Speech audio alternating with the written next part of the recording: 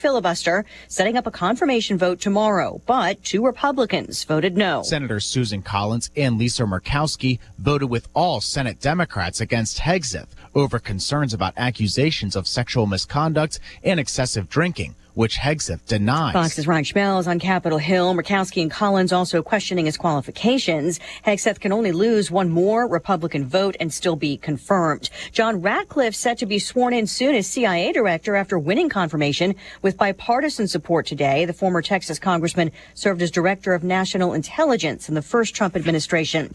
President Trump just signing another batch of executive orders, including one involving the declassification of files on the assassinations of President Kennedy, Robert Kennedy, and Martin Luther King Jr.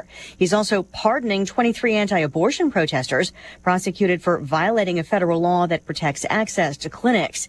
And the president just telling reporters a ruling on birthright citizenship will be appealed after a federal judge in Seattle temporarily blocked an executive order that says at least one parent must be a citizen or legal permanent resident for a baby born in the U.S. to have automatic citizenship. Clearly, this was a loss in round one for the Trump White House and the Justice Department after this federal judge, a Reagan-appointed judge, called this executive order blatantly unconstitutional. Washington State, and the hearing was in Seattle today, Washington State is one of 22 states asking for this temporary restraining order to stop this executive order that redefines birthright citizenship. Fox's David Spunt. Earlier, President Trump telling the World Economic Forum he wants a level playing field with China, also pledging lower taxes for global leaders who bring their business to the U.S., but tariffs for those who don't.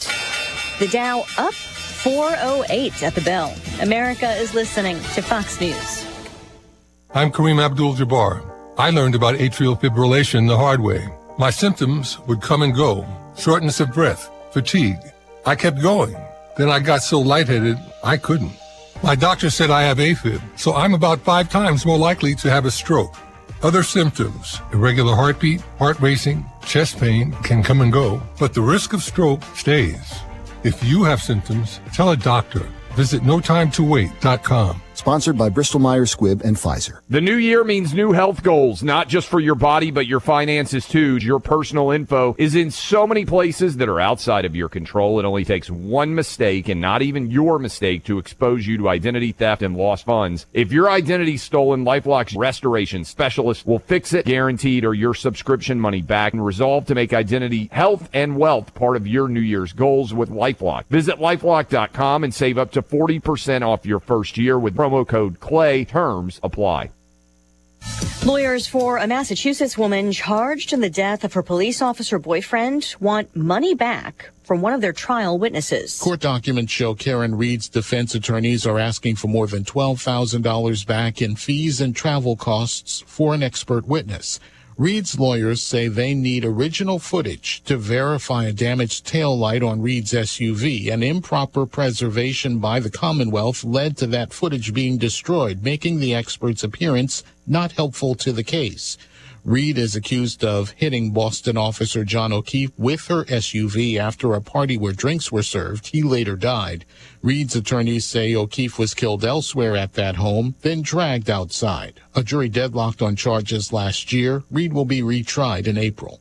Fox's Colonel Scott. A suburban Seattle police officer has just been sentenced to more than 16 years in prison for the 2019 shooting death of a homeless man he was trying to arrest for disorderly conduct. It's the first conviction under a Washington state law that made it easier to prosecute officers for on-duty killings.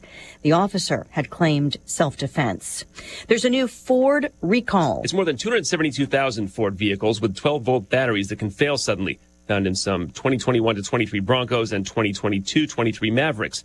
Could cause a loss of drive power or a stall when slowing to a stop, and electric accessories like hazard lights might stop working. The National Highway Traffic Safety Administration says dealers will inspect and replace the battery if necessary for free. Some owners who've replaced the battery themselves already may be eligible for compensation. Chris Foster, Fox News. Recapping a rally for the Dow, finishing up 408 points. The S&P with a record close up 32 to 6118, first time over 6,100. And the NASDAQ finishing up more than 20,000. And Lisa Brady, Fox News.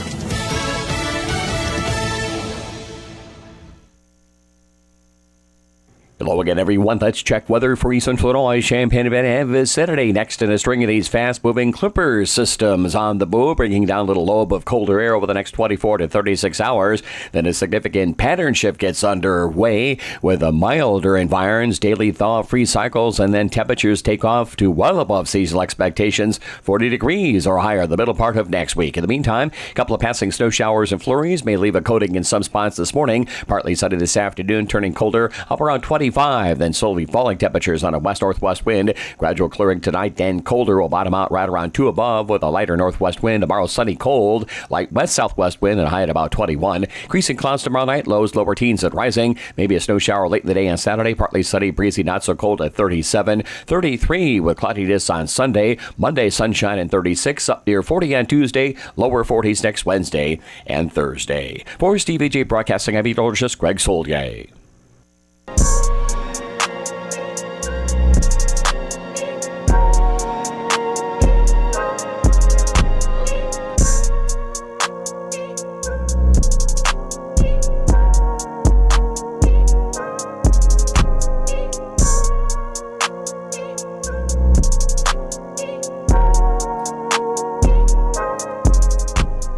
Hey, what's up? It's The Drive with Sam Piper, ESPN Radio 93.5. Derek Piper, Kyle Tosk, here to break down Illinois and Maryland tonight, 8 p.m. tip, back at State Farm Center. The Illini trying to get right following the 80-78 defeat against Michigan State and the Spartans there in Izzo land here recently. So a big one in the Big Ten title chase. Really a big game on the whole, just for Illinois resume standpoint. It's a quad one. You look at the net rankings and everything, and while Maryland doesn't come in with a ranking next to their name or anything like that, number one, that's a team that your eyes always light up a little bit when you see the Terps against the Illini. For whatever reason, I don't know if it's such a long stretch here now that Brad's been here 8 years to try to find too many parallels during that whole time, but whatever it is, Brad Underwood just 3-7 against Maryland during his tenure here. 3-7 also against Purdue. That one's more easily explainable. Like, hey, yeah, back-to-back Big Ten title winner. They just went to the national title game last year. Zach Edey, Matt Painter, all of that. Not to discredit Maryland, who's had plenty of talent, and they do have some on this year's team as well. We'll break into all of that. But, Kyle, how you feeling? We're going to see the students back in action. I know you're covering it with your credential, but it's really been since Tennessee that we've seen the Orange Crush. It's been more than a month now, and we talked about earlier in the week just the importance of trying to reel some off, not only in the schedule, but at home in particular, and see if you can get a 9-1, 8-2 type of finish on the home court, and starts tonight. It does have an interesting dynamic to the game tonight where you do look at the net, and Maryland comes in 24th, and it's a quad one home game, so you're adding that win to the top of your resume. But it would feel like a pretty bad loss if Illinois lost tonight. It would snap that string of 58 straight games with back-to-back losses. Went through the road numbers for Kevin Willard at Maryland, and he's 1-15 against top 50 teams on the road there. This would be number 2 if Maryland comes in there tonight and wins, and both games would be at the State Farm Center, so that would definitely leave a sour taste in your mouth. And just in general, you can't go to 5-4 in the Big Ten with this team. That would absolutely end really any talk of the Big Ten title unless you win out or you go on some magical run. But if you lose at home to Maryland, I surely wouldn't have as much confidence in Illinois taking care of the rest of their games. So there's an interesting dynamic to the game. It's a very important game for Illinois. It's a good opportunity for Illinois against a good Maryland team, but it does feel like one you can't really afford to lose, and Illinois should have all the motivation, especially that guy number 32 who didn't get to play and really hasn't gotten to play basketball for over a week now, should come out, and I expect him to play well, and I expect Illinois, as they have for 58 consecutive games, now bounce back after a loss and come out playing well tonight. It really would, based on the result here, change and recalibrate how you'd be thinking. A loss, like you said, would be a real blow to your Big Ten title. I mean, that would feel like, barring a Michigan State collapse, and all three of those contenders ahead of you currently, Michigan State, Michigan, Purdue, would need to take a handful of losses to make that thing a legit fight down the stretch here. You do get to see all of those teams, and the benefit is Michigan State comes to Champaign, Purdue comes to Champaign. Somebody's taking a loss in West Lafayette on Friday, but you want to be in a position of strength where you're going to be 6-3. Then if Purdue loses, they have 3 losses. If Michigan loses, they have 2, and things tighten up. Of course, we got to wait and see when and if. Imagining it's going to happen at some point and how much Michigan State slips there. And we've talked repeatedly about their tough slate middle of February and on in particular. But, yeah, you lose that one, you all of a sudden have lost 3 or 4. That would be one that is very sour to taste, and there'd be some questions about where this is at right now. And not to say that it would change ceiling and everything, but look, beyond the Big Ten title chase, and I'll admit, I've said it many times, I probably didn't give Illinois enough credit in that consideration. Knew they'd be in the thick of it, in that top tier, that top 5, 4, whatever it might be, but just didn't know if they'd be quite consistent enough to win it all.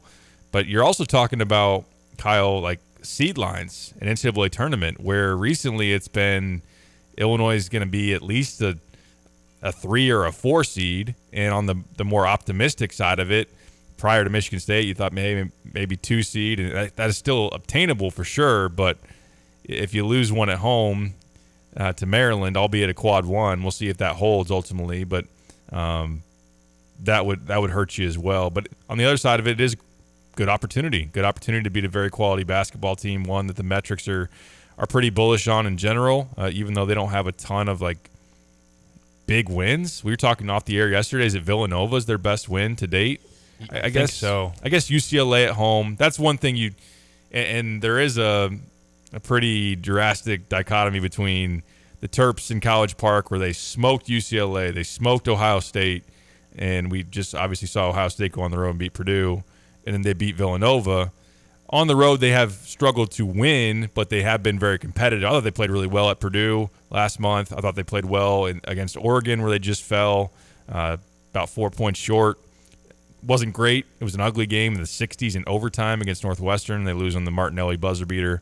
But it's a team that's capable with their three-point shooting, which is a big difference between this year and last year. They were one of the worst three-point shooting teams in the Big Ten last year. Jacoby Gillespie, who we're going to talk about from Belmont, their point guard, putting up 17 a game in Big Ten play and shooting the three 46% in Big Ten play is a big deal. And then Derek Queen, McDonald's All-American, projected middle of the first round type of guy, paired with Julian Reese. That's a duo that you got to be able to contain. And I'm interested to see Reese, who had a lot of success against Illinois last year, now sees more size up front with Tommy and Merez. How do you anticipate Brad Underwood will play that in terms of the lineups? Because the easy counter is just, hey, we got 2 big guys that we like playing together, and we're going to match year 2. Because really, Maryland plays Reese and Queen together a lot. The majority of the minutes are with both those guys on the floor. Neither of those guys really can play on the perimeter at all. I know they'll run some stuff with Derek Queen stepping out, but you'd imagine Illinois is just going to play 10 feet off him, say, please shoot 8 threes. He's 2 for 20 on the year. So you could just counter that with 2 bigs of your own and say, we're not going to let them get into their post-ups with Reese, has Benham Rickhouse on him, or give one of those 2 guys favorable matchups. You also could really spread them out and put some speed and athleticism across from one of those guys, where maybe you play Tommy and then you have a lineup with Trey White and Will Riley. So, hey, now Reese or Queen have to guard Will Riley, and there's your cutting opportunities. There's your opportunities for those guys to just beat those guys to the rim and are quicker than them, and just tough matchups, and you neutralize some of the rim protection that Reese has brought this year too. I think he's one of the top shot blockers in the conference, and he kind of technically plays the 4 for them, so it's kind of interesting. But how do you anticipate that'll look? I'm sure we'll get a mix of everything, but what would you prefer to see for the majority of the game for Illinois? What do you think would be most effective against those 2 guys? It's a good question. I think that obviously we'll see the same starting lineup for Illinois. Benham Rickhouse probably draws the – who would you put on? Would you put him on Queen or Reese? That's tough. Yeah, I don't want either. I'd almost – probably Queen. So right? Queen is – how tall is Queen? He's 6'10". 6'10", and Reese is only 6'9", right? So neither of them are true 7-footers. But Reese will do – or Queen will do more outside of the paint, even though, you don't, like you said, you don't have to respect him shooting a ton, especially from 3. His mid-range is decent. On and off. Yeah. It's tough. I don't really want Ben on either of those guys, but I think you would probably rather put him on Reese just because of the size. I mean, those guys height for height are about even. But Reese is more of like a true low post guy. He's more comfortable backing a guy down and working in the low post than Queen is. Putbacks for sure. Yeah, and on the offensive glass, that's going to be huge too. We saw Michigan State have 9 offensive rebounds, and they play two similar. They don't have the skill of those two guys and the scoring potential, but two like bigger bodied, they want to crash the glass big men. And Illinois struggled at times in the second half, keeping Jackson Kohler and Carson Cooper off the glass. So that's going to be a consideration too. That's maybe a consideration towards playing more Merez to make sure that you hold up on the glass. I think that is the ultimate answer, is trying to play Tommy and Merez to counteract those guys as much as possible. Especially, again, the backboard is something that Maryland can really hit, and both Queen and Reese have high offensive rebounding rates, and that's something that they can hurt you there for sure. One thing I do like with like Ben being in the lineup is I feel like, and we can talk about this more too, one of Maryland's big qualities is their turnover rate defensively and how they full court press you almost every trip up and down the court, especially off of makes or dead balls. If you can beat that press, they've tended to give up a good amount of corner threes. And I feel like that's something at home with Ben. And it felt like even against Michigan State, like, how do we get him more looks to get him going when obviously Illinois really struggled from deep on the whole. But that could be something where if KJ can break through that, maybe it's a kick to Ben in the corner and he can get going, reel off 4 or 5 from 3 and make Maryland kind of rethink what they're wanting to do. But I think that there's also a good point to be made, like you said, with Riley and Trey White. And if Queen or whoever, or Reese, whoever it's going to be, if they want to play up on the perimeter against those guys, then you cut it and you have Tommy and KJ find them. And if they want to sag off, especially Riley, just like to see him make some catch and shoot threes. And I'm assuming that what he just did at East Lansing will give him confidence and more of a rhythm, hopefully, that carries over. It's hard when you're talking freshman and a guy that was pretty caught in a rut recently as far as the shot making, but going to the rim and then also made some jumpers as well is something he can do, and it'd be a big spot to have that continue tonight. I hope that Michigan State first half, even though he struggled after that and it was really one spurt and that was all he really did, just seeing some balls go in a big moment like that, sometimes that's all it takes for a guy to just get that confidence back, and all of a sudden you start to see him get hot again. And in November he was shooting like 60% from 3. He's going to heat up from there again, and he did. I think he was 2 for 3 from 3 in that Michigan State game, and all you need to do is see a few of those go in and feel yourself break out of that rut one time. Now you come back home, where he has played pretty well at home. And I know a lot of that is because, some of the early non-conference games he had his better games, but his home numbers are a lot better than his road numbers have been, and he shot it pretty well at home. He's going to be important, especially because you look at Maryland and their wing types are a little smaller, and so you are going to have a size advantage there with Will. I've liked seeing him attack more than he was, where it felt like there was that stretch late December, early January where he just put it on the floor. He'd be hesitant. He would get pushed off his spot, and it just wasn't a lot of commitment to trying to get the ball in the paint for him. And recently here we've seen him, even when he was struggling, I think, you think back to that USC game where he had that one waved off on the travel that I don't think was a travel, and had an and one late in that game. He's got the size and he's got the skill to be really effective around the paint, get to the free throw line more. And I thought that was a big part of his Michigan State game as well. I think that's something he needs to look to be aggressive against. If he's got a guy 4 inches shorter on him, take that matchup and try to just use your size to shoot over a guy, get to the paint, shoot a 7-foot floater over a guy. I think that's something I'd like to see more from him, because I think he has started to diversify his offensive game a little bit more here, and that's led to some better play. Yeah, I like his activity. I think he's been playing with a higher motor, and you've seen the offensive rebounding rate go back up, and I think that's helped him with cutting too, is just be a guy that isn't stagnant, isn't maybe trying to do too much with the dribble. And it as far as the break you down, size you up type of stuff, it's kind of been more decisive attacking and just erring on the side of aggression. And I think that in listening to Brad yesterday, I know that he's harping on just trying to increase in general. I think he wants his team to get to the free throw line more, and I think that that's something that we'll see if Will can establish. He said that a big part in him taking the next step is to go from shying away from contact to like enjoying getting fouled. Now, no one likes getting hammered, obviously, but understanding that that's a real avenue for him to get easy points and get into a rhythm. And he's not some kind of like, he's not obviously a Terrence Shannon athlete, but he is a guy that at 6'9" can elevate decently and just put pressure on people with how skilled he is. So that's something where maybe he can get that going as well. And to harp on what we said yesterday, just the passing of Tommy at the high post, and obviously we know what KJ can do, and he's operating off of a ball screen and having guys cut from the perimeter as well. That's something that he can present also as a way to get going too. So I want to see that carry over. You'd hope.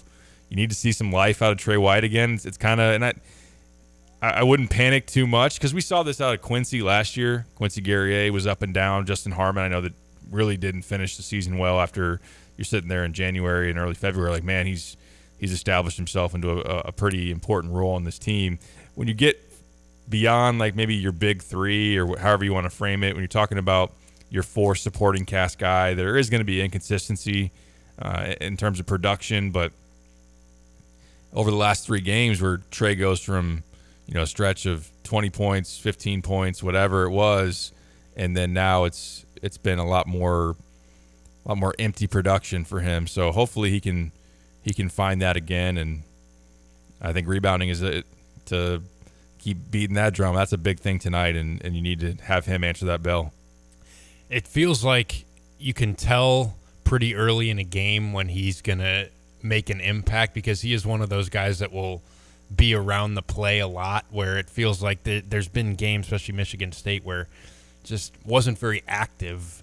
But I think he needs to be. The offensive glass is a great example of that, but also like for all the off-ball movement and the cutting and some of the passes that Ivisic made against Michigan State, none of them were to Trey White. I mean, it felt like he was kind of out of the game, and even the only shot attempts he had where one of them was a step back 3. I don't think I ever want Trey White taking that shot. All respect to him, that's not the shot I want from him. Where you started to see during the stretch where he was playing well, where he would really attack the rim and he would get to the free throw line, and there were guys where it just couldn't stop him getting into the paint. And I want to see him be able to do that more consistently. And I do think defensively too, like he showed a lot during that stretch where he was unlocking himself as a guy where he was getting deflections, and he was a guy that you could trust on an opposing team's best wing or to chase shooters around or whatever the case may be. And I just feel like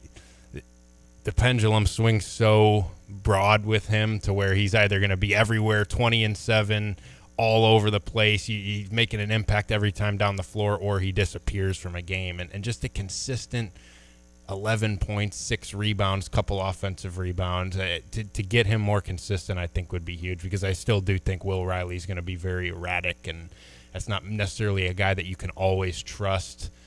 And Trey White, as a veteran and as a guy who really felt like turned a corner, I think you need to be able to rely on more consistency from him.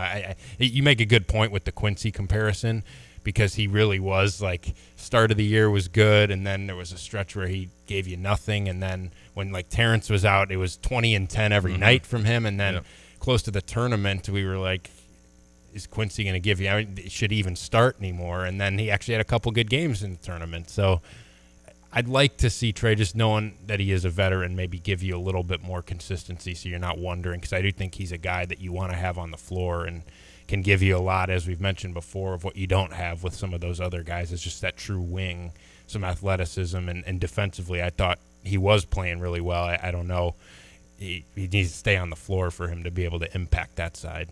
On the note of consistency, it's been hard to have anyone more consistent than what KJ has done as a freshman. And to have the conversation yesterday, like, would you rather have KJ or the preseason Big Ten Player of the Year the rest of the way in Braden Smith? And to legitimately be able to have that conversation and to have reasons why you'd pick KJ in that. Ultimately, what are you expecting from him tonight where he only plays 9 minutes? We all know the story, the foul trouble, and we maybe haven't seen him. Like, has he had another? I guess Tennessee was a struggling game for him, even though he wasn't terrible. He didn't do anything. He still gave you 20, right? I thought back because I remember that, number one, the turnovers. What do you have? 6 turnovers. The narrative of, he's in the gym till 2 a.m. after Tennessee and all that. And then I think he was obviously pretty decent against Missouri, especially down the stretch. But how he bounces back from something like that, where I think just in general, and something we'll talk about, I'm sure, more throughout the show, you're going to get a very spirited effort tonight from the Illini. I think they'll be pretty hungry and angry. I wonder what that looks like from KJ. Not that you want him to, like, force it and say, all right, I need to go make up for lost time, or just make a statement after getting taken out of that game on Sunday. But what would you want to see, and what do you expect from him tonight now that he's finally going to get a chance to get back out there? Something tells me he comes out and has his best game of the year tonight.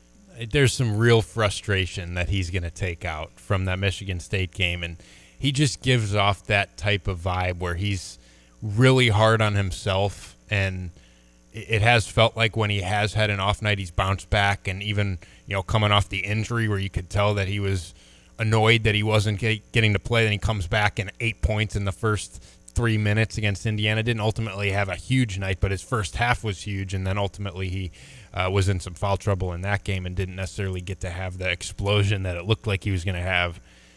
Something tells me he's just wired in a way to where he has been building all week towards just letting some anger from Sunday out tonight and realizing the importance of the game for his team. But also I think you could see the first 30-point game of KJ's career tonight. And again, like you said, you don't want him forcing it, and it'll be interesting to see the matchup with Maryland's front court, and maybe it's a bigger assist game for KJ because Illinois' bigs will have advantages, and it'll be tough for those guys to guard Illinois' ball screens if you're doing some different stuff. But I feel like just from a competitive standpoint, he gives off the vibe of somebody who is going to be, it's going to be another situation where at the under 12 timeout, he's already got 14 points, and you could tell is just wired a different way to where he's got some frustration to take out. He's going to hit some shots early. He's going to be extra aggressive with the ball in his hands, and I think you want that from your point guard, a guy that realizes the importance that he has, but also just the fact that he's going to get you right when you need to get right, and himself too when he hasn't had the game he wants. I think he's shown the ability to bounce back nicely from those games.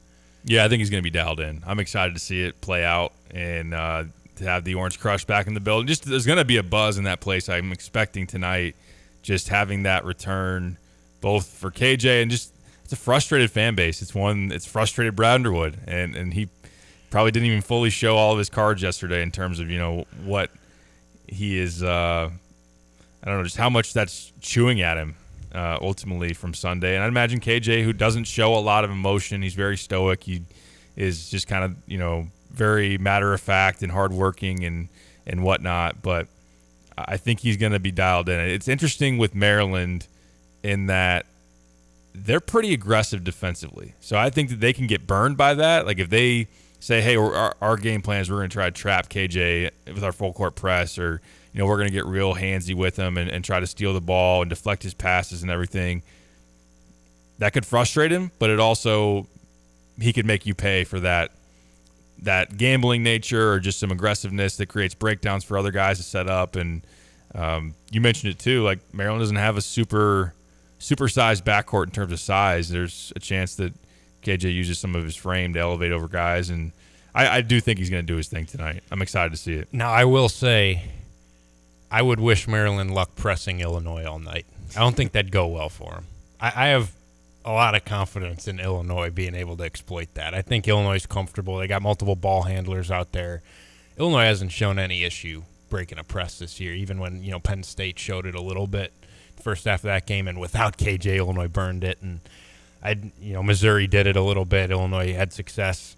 I think this is a tough team to press effectively. I know Maryland does it a lot, but that maybe could push it towards more, hey, there's going to be opportunities for other guys, whether it's corner threes, whether it's, Trey White running down the floor in transition off a miss. If Maryland tries to trap the ball, maybe it lends more towards KJ having 10 assists than 30 points in that situation if they are going to play him aggressively and try to get it out of his hands. But I think pressuring Illinois is something that I'd feel okay about as an Illinois fan, that if Maryland wants to go 50% press tonight, press after every make, I think Illinois be just fine with that, with their ball handlers, and especially with KJ operating. Yeah, this isn't last year's team where you're not playing a point guard number one. You essentially have two, and I know that Kylan do criticism here recently for some of the struggles there, and I wanted to get to that note here before we take a break. And there's plenty of angles to break this thing down. We'll dive in more to what things that Maryland has as far as the scouting report and the weapons they have throughout their roster that we need to look out for, and some other keys to this one. But this is a key bounce back spot for Kylan Boswell. And I think that if they do trap KJ or try, that maybe it's an outlet to Kylan, and you got a numbers advantage to push the ball up the floor and make a good decision or get to the rim. And I think he has shown at times to, especially in the open court, do a really good job of pushing the pace and those type of things. But that Michigan State game just wasn't him. And I think you've made good points about maybe he's trying to fill the shoes of KJ when he's not out there, but also defensively, like to see him get beat a couple of different times off the dribble. That's something I can't remember witnessing at any other point this year. So, Jacoby Gillespie is going to be a big challenge for him. And if Gillespie gets going, it could be a tricky night for Illinois. So handling that challenge, also offensively, just settling back in, whatever that looks like, maybe not trying to do too much, being decisive enough with the ball, not taking as many pull-up threes. I'm still waiting for him, although I think they're probably most likely going to come catch-and-shoot variety. KJ breaks it down and then kicks it to Kylan, not the step back or whatever it might be, that he gets the three ball going more up to his capabilities, although we're deep enough into the season now where it's definitely been a struggle. He just hasn't gotten great looks from three. I think that's part of it. There was a point early in the year where it felt like he was getting great looks and missing them. There has been, especially with KJ out, the tendency for him to force some up, and he's made a couple. But, yeah, those step-back late clock, like I'm just going to throw this one up there. I don't need to see many of those from him. I'd prefer if he attacked, because I think he's taken such a jump in that department. And that's really, I just think there's a different mindset to him that I've noticed when KJ's not out there versus when KJ's out there, or even just KJ's available and he's having a 4-minute breather like Indiana, as opposed to he's not coming back in. It just feels like Kylan tries to take on too much when he knows that he's the guy that everything's going to run through, and he's pretty much Illinois' only true ball handler that they have out there. And it felt like when KJ was rolling, when Illinois was rolling before KJ's injury, Kylan was really playing his best basketball, and it was just a situation where he could pick and choose his spots, and he could play off the ball more. And if there's a matchup that he liked, he'd attack, get to the free throw line. He was a guy that was cutting well, and I thought had some buckets in that front, and especially him pushing the ball up the floor off of misses and allowing Illinois to play faster as more of a secondary playmaker than a guy that's you're gonna run half court offense through. I feel like he's more comfortable doing that than maybe operating off a ball screen in the half court. So I think KJ hopefully being out there, and hopefully is high knees gonna be in the stripes. I don't tonight? know. They usually don't float those out there too early. You might not find out until 2 hours before the game. Assuming or high knees doesn't stick 2 fouls on KJ tonight, I think you can expect Kylan to bounce back. And I've been really impressed. I think he's been at his best when he's been aggressive and when he's been getting to the free throw line. That's one thing that he has completely transformed his game. You look at his total career at Arizona, I think he shot like 49 free throws in 2 years. And this year he's in the 80s already. Like, that's where he's been at his best. That's where he's taken the biggest leap. And I think he's just so physical as a driver that's where he needs to get most of his offense. And he can just pick and choose his spots a little bit more and be a little bit more free out there offensively when he's not the guy offensively that has to create for other guys as much. And I think you'll see that tonight with KJ back out there. Hopefully he can take advantage of some matchups. And he's going to be really important defensively, like you said, because Gillespie's been playing at a high level. And you hope that Kylan's a guy you can feel comfortable every night saying, we can take away the other team's best guard. He just didn't have his best game defensively against Trey Holloman, who beat him a few times. Great stuff. We'll continue to break down Illinois and Maryland as we lead up to tip-off tonight, 8 p.m. FS1, if you're watching at home, Jason Benetti, Bill Raftery. That's a great crew. That's an A1 crew right there. So it's like the only game of the night in college hoops in a high major league, I think. Or maybe there's one more. There might be one other one. Well, all eyes on Illinois then, which is a good spot to be in for sure. A big game. We'll break it down more, give our picks before we get out of here. Look at the Big Ten title chase. I was looking up the FanDuel odds before the show of what that says on how they view and handicap the Big Ten title odds and where Illinois sits in that. So we'll get you all of that. 217-359-2255 if you want to weigh in. We'll be back after this break. It is The Drive. Did you know that routine maintenance on your furnace helps improve air quality in your home? Along with making sure your furnace is operating at maximum efficiency, Dogtown Heating, Air, and Plumbing wants to make sure your home is as comfortable as possible. Voted People's Choice #1 HVAC and plumbing company for the third time in 4 years, let the expert team make sure you'll be warm all winter long. Call 217-841-4728 or visit dogtownheatingandair.com. Book your appointment today. Dogtown Heating, Air, and Plumbing, your home's best friend. Good morning, First Federal Savings Bank. How may I direct your call? Speak with friendly, real people during lobby hours. It matters when you call First Federal Savings Bank of Champaign-Urbana. A real person located at the bank. Not a recording answers your call during lobby hours. Personal, friendly service makes a difference. 217-356-BANK. Thank you for calling. Have a great day. Rated 5-star superior by Bauer Financial, Inc. Fast, friendly, and local with local loan decisions and underwriting. If you're not already banking with us, give us a try. We think you'll love it here. Member FDIC, Equal Housing Lender. NMLS 435120. We would like to invite you to the St. Joseph Ogden FFA auction February 1st at the St. Joseph Ogden High School. Dinner and silent auction begins at 5, followed by a live auction at 6. There are no tickets needed to attend, and anyone is welcome. Items to be auctioned off include fire pits, solo stove, various Milwaukee tools, door lock welding table, various silent auction baskets, and gift certificates from local businesses. You can learn more about our auction at our Facebook page, St. Joseph Ogden FFA. Sarah Champagne Managing Partner Ben Quattrone. We're always looking for people. You can go online and apply on our website. We never know what we're going to need. We're always expanding. We're always building more and growing our business. If we don't need a person and they come along and we find out that they're an eagle, they're a star, we'll hire them. We'll put them somewhere and wait for the spot we're going to have them working. Learn more at sarahchampagne.com. Now at Jets, order any 3-topping pizza and get $5 off. Just use promo code 3TOP when ordering. That's the number 3, T-O-P. Want to impress family and friends and spend less? Get creative and build your own 3-topping pizza with their favorites for your holiday gatherings. Available in deep dish, thin crust, New York style, or hand-toss round. Any 3-topping Jets pizza for $5 off with promo code 3TOP. It's a deal. Jets, better because it has to be. At Pards in Urbana, the boots just keep on coming. They're known for their huge collection of men's cowboy boots, women's cowgirl boots, kids' boots, and even shoes. If you're searching for top footwear brands, look no further than Pards. They carry a wide variety, including Ariat, Dan Post, Smoky Mountain, Roper, Double H, and more. And if socks or accessories are what you need, they've got all your high-quality essentials. Since 1968, Pards has been serving their customers with high-quality merchandise. And if you haven't been to Pards in a while, a lot has changed. Go check them out just off University Avenue in Urbana. Holiday hangover got you feeling weighted down. We're not talking candy, pie, and eggnog-induced pounds. We're talking about the clutter chaos. Old furniture, tangled lights, and junk galore. Time to detox your space with 2 Men in a Junk Truck. Ditch the junk and start fresh. Head to 2menjt.com and schedule your junk removal today. Use code NEWYEAR25 and score $25 off your next junk removal. Offer valid at 2 Men in a Junk Truck, Champaign, Illinois.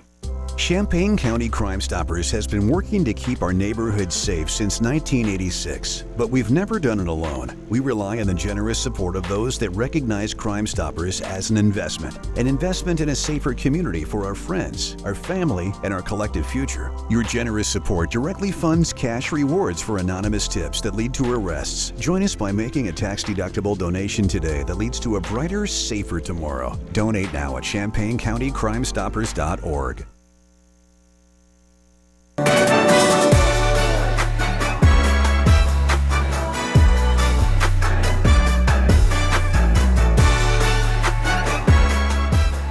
Back on the drive with Sam Piper, ESPN Radio 93.5. Good reminder, as I see the snow continuing to fall here in cold Champaign, 20 degrees as of now. It'll be colder tonight. Hey, you can take the free shuttle to all home Illini basketball games, leaving Pia's Sports Bar and Grill, West Springfield Avenue, a half hour before tip-off, dropping you off at the front door of the State Farm Center front circle drive, pick you up after the game, take you back to Pia's.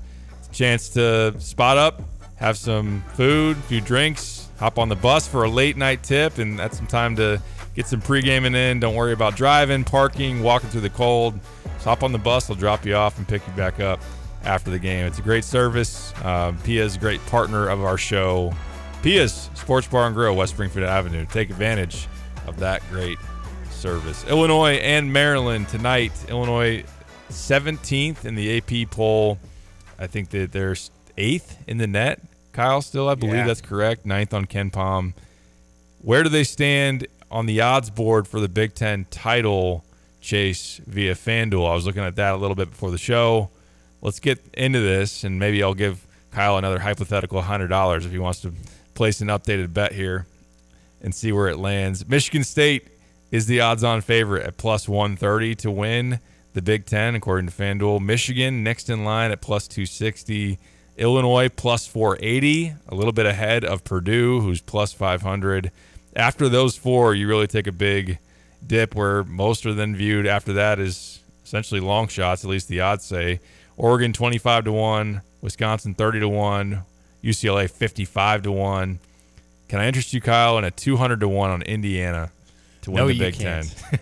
Absolutely not. No? Okay.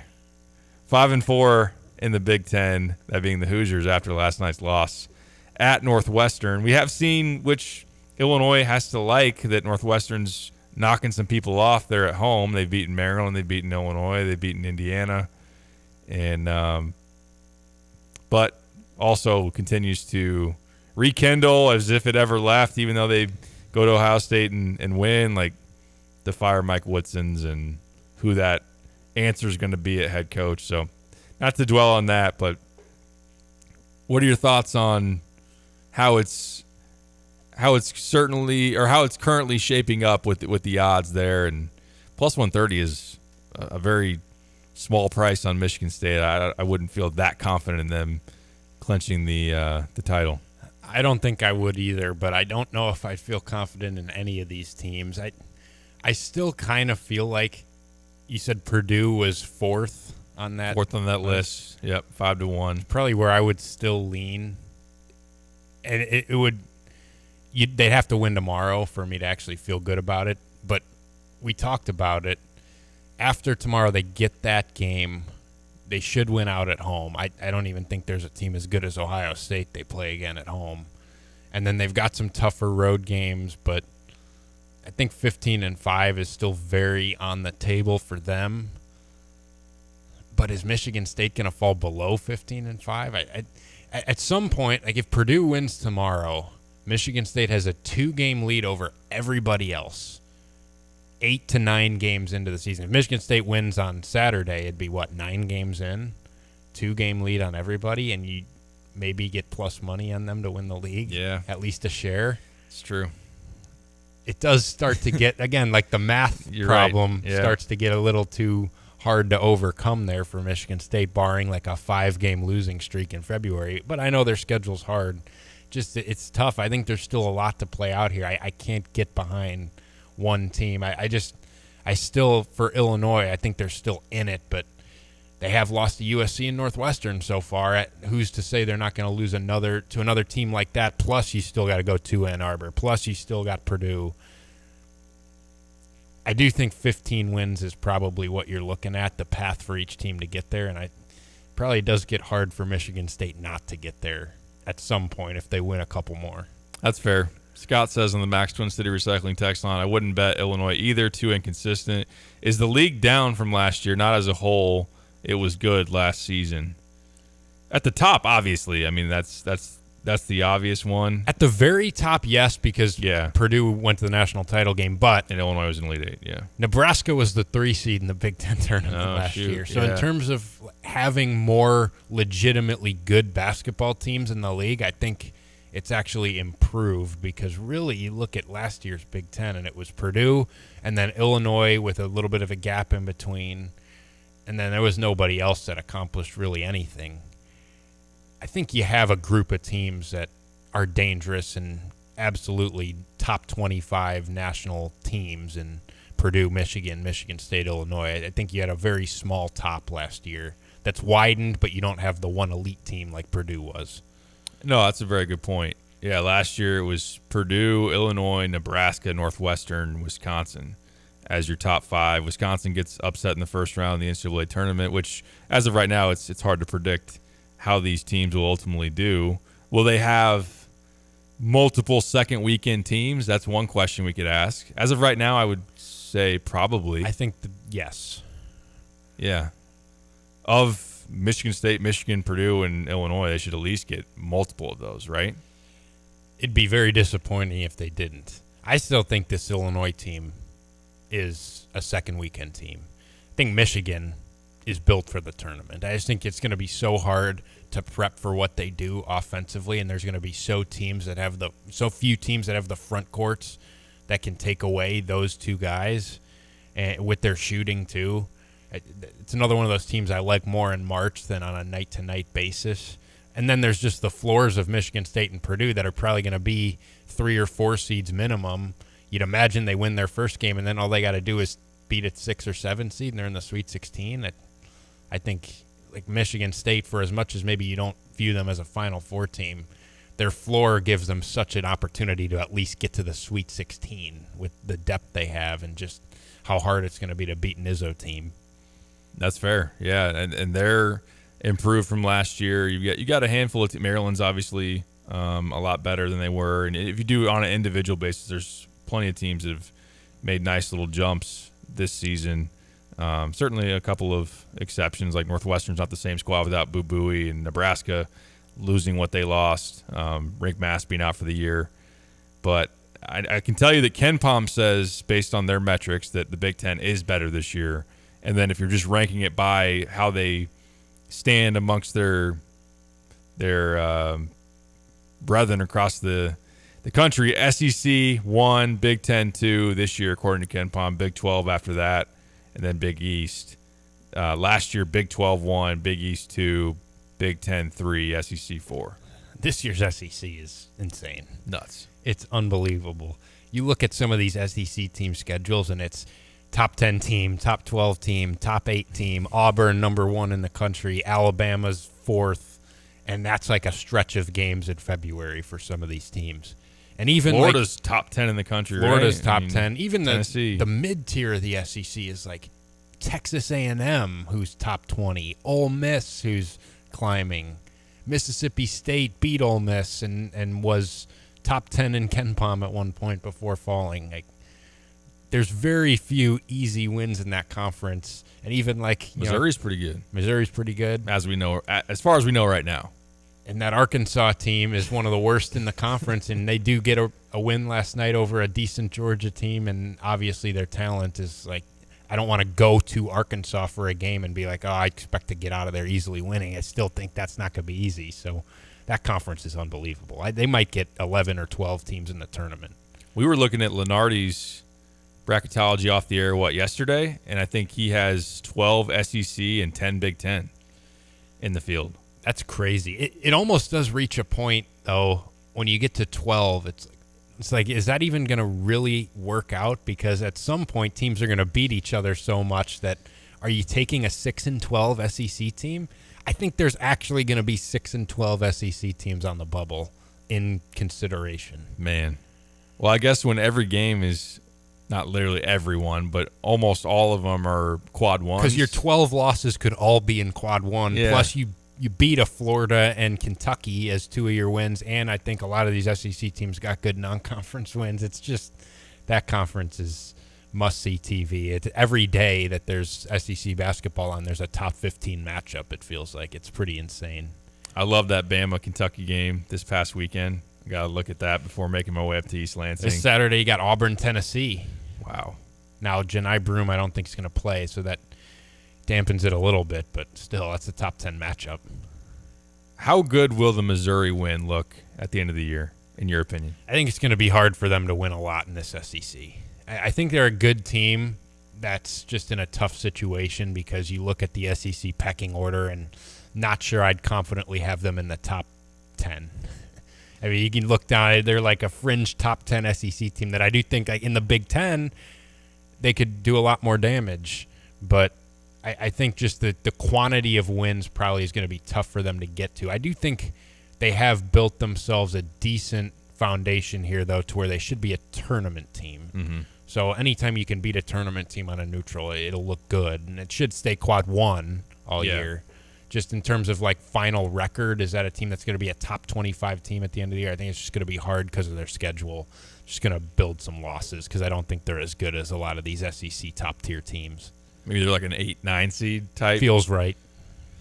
Wins against Florida and Kansas will certainly be good on their resume. Go at Florida and at win. Florida. That's a pretty impressive one. I didn't realize they lost this week at Texas, which doesn't. I'm not saying it's a bad loss. But even like that Texas team probably, they're in the ACC or the Big 12 and they look, they're back in the Big 12 and they look a lot better. It's just I think they're 2-5 in the SEC, but they're not a bad team. They got talent. They got Trey Johnson, who's going to be a lottery pick. Yep. That's the thing with the SEC. One of your easiest games being at Texas is not easy. Wouldn't you know it that at the end of this college football season, everybody's like, look at the Big Ten. And then this year in basketball, it's, hey, the SEC. How the tables have turned. Although the Big Ten hasn't been probably number one, I think depth-wise, there was a long stretch of time. And, of course, back in the peak of the ACC Big Ten Challenge, that was a real conversation. Who's got supremacy in college basketball? But I know if I'm making the comp from college football to college basketball, we are talking about a Big Ten conference that just won 2 titles, and everybody knows it's been a while. 2+ decades for the Big Ten in terms of that goes. And it doesn't feel like that's ending this year. I wouldn't imagine so. Between Duke and all those SEC teams, I think it's going to be tough for any of these Big Ten teams to win a national title. I agree with that. And I think Purdue ran into a tough situation in that Zach Edey's peak fell during the same time period as that UConn run. Yeah. Because I think last year that Purdue team wins a national title a lot of years, but that UConn team was just different. That's a great point. Real quick before we catch a break, Illinois is third in terms of odds to win the Big Ten. Where are they as far as Big Ten teams to win the national title, in your opinion? Or what's your guess based on what in my says? Opinion, they should be first. Okay. I think they are first. Correct. They are first. 30-1.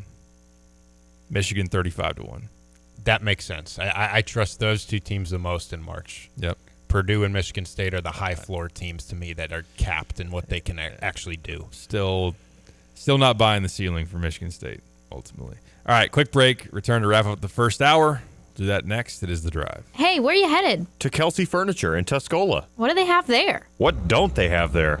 Living room furniture, benches, chests, love seats, sectionals, tables, bedroom sets, hutches, nightstands, end tables, cabinets, mirrors, stools, clocks, lamps, pillows, rugs, desks, media consoles, patio furniture, Tempur-Pedic mattresses, and more. So, everything. Yeah, probably could have just said that. Kelsey Furniture, quality for less. Good morning, First Federal Savings Bank. How may I direct your call? Speak with friendly, real people during lobby hours. It matters when you call First Federal Savings Bank of Champaign-Urbana. A real person located at the bank. Not a recording answers your call during lobby hours. Personal, friendly service makes a difference. 217-356-BANK. Thank you for calling. Have a great day. Rated 5-star superior by Bauer Financial, Inc. Fast, friendly, and local with local loan decisions and underwriting. If you're not already banking with us, give us a try. We think you'll love it here. Member FDIC, Equal Housing Lender. NMLS 435120. Jets Pizza is offering a special deal when you spend $25. Just use promo code 5ADD. That's the number 5ADD and specify Jets bread or cinnamon sticks for only $5. Combine that with their current $5 off pizza promos and you can cheer on the Illini while enjoying hot pizza with your favorite Jets bread or cinnamon sticks. What a deal. You spend $25, enter 5ADD for Jets bread or cinnamon sticks for just $5. Jets, better because it has to be. Honest, professional, and affordable. That's what you get from Classic Plumbing and Air. Done right, guaranteed. I'm Ty Rogers. I'm a basketball player from the University of Illinois. Juke out the competition and cross over to Classic Plumbing and Air. Take a shot and call Classic Plumbing and Air. At Classic Plumbing and Air, it's done right, guaranteed. We care about your air. So if you need help with your heating, air conditioning, or plumbing, connect with Classic Plumbing and Air at classicplum.com. When Ross went out, I always told him, be careful. And that was the last time I got to see him. Because someone didn't slow down and move over. Ross had on a bright orange shirt with reflective stripes the night he was killed. He always had that smile. He just lit up the room when he came in. Slow down and move over when you see flashing lights. Everybody is somebody. When you see lights flashing, use caution passing. Let's all go home safe tonight.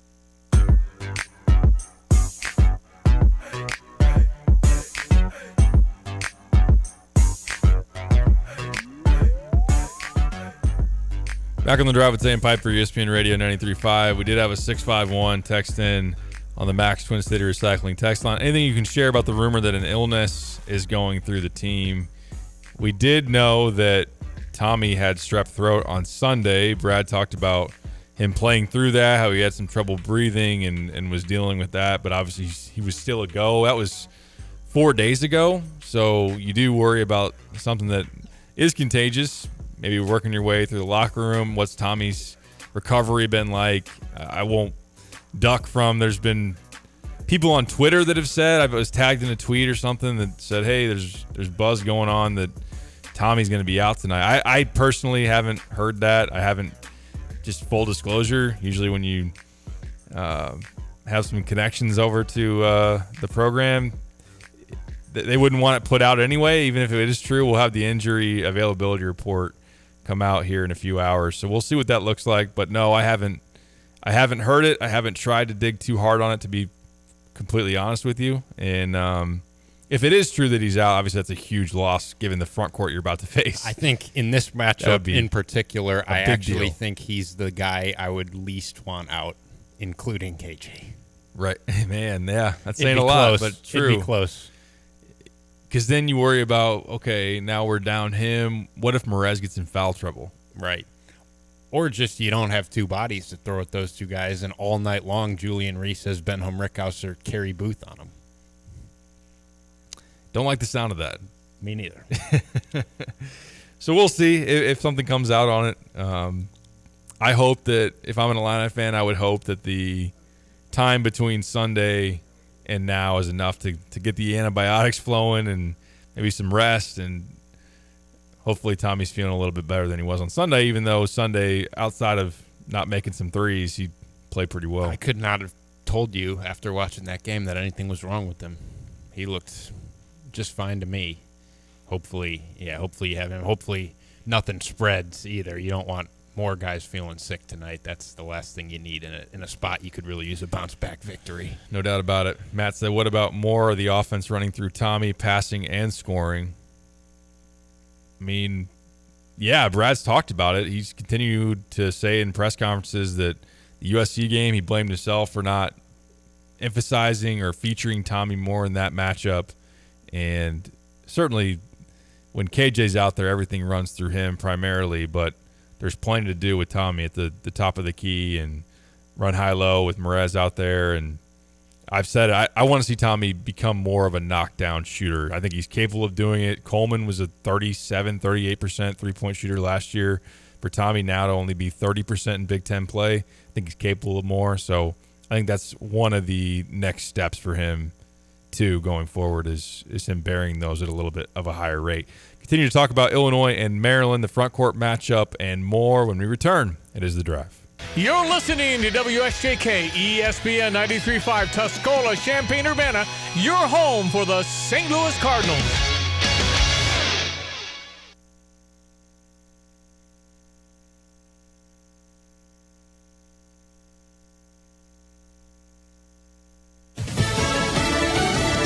Only the beginning. I'm Lisa Brady, Fox News. President Trump says an appeal is coming after a ruling that blocks one of his executive orders. President Trump says the administration will obviously appeal a district court ruling that called his executive order ending birthright citizenship blatantly unconstitutional. They put it before a certain judge in Seattle, I guess, right?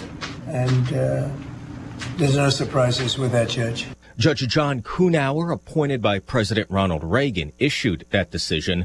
The lawsuit was filed by Washington State's Attorney General. Several other states and organizations have also sued to stop the order. Fox's Jared Halpern at the White House. The president signing new executive orders a short time ago, including pardons for 23 anti-abortion protesters convicted of blocking clinic entrances. This just a day before tens of thousands of activists gather in Washington for the March for Life. The CIA has a new leader. Former Congressman and Intelligence Director John Ratcliffe just sworn in as CIA director hours after winning Senate confirmation on a vote of 74-25. The nominee for Defense Secretary, Pete Hegseth, is heading for a confirmation vote tomorrow after clearing a procedural hurdle, but 2 Republicans voted against him, Alaska's Lisa Murkowski and Susan Collins of Maine. Republicans have a 53 majority, so they can actually lose 3 Republicans. Losing Senators Murkowski and Collins will not hurt Pete Hegseth. He actually cleared his initial vote, cloture vote. Fox's Aisha Hasni on the Hill. Murkowski and Collins raising concern about his qualifications and past personal behavior.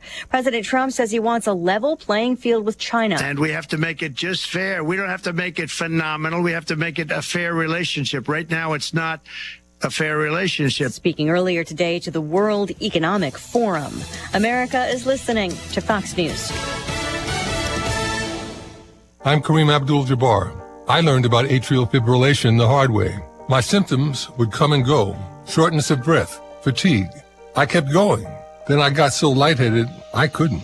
My doctor said I have AFib, so I'm about 5 times more likely to have a stroke. Other symptoms, irregular heartbeat, heart racing, chest pain can come and go, but the risk of stroke stays. If you have symptoms, tell a doctor. Visit NoTimeToWait.com. Sponsored by Bristol-Myers Squibb and Pfizer. The new year means new health goals, not just for your body, but your finances too. Your personal info is in so many places that are outside of your control. It only takes one mistake, and not even your mistake, to expose you to identity theft and lost funds. If your identity's stolen, LifeLock's restoration specialist will fix it, guaranteed, or your subscription money back, and resolve to make identity, health, and wealth part of your New Year's goals with LifeLock. Visit LifeLock.com and save up to 40% off your first year with promo code CLAY. Terms apply.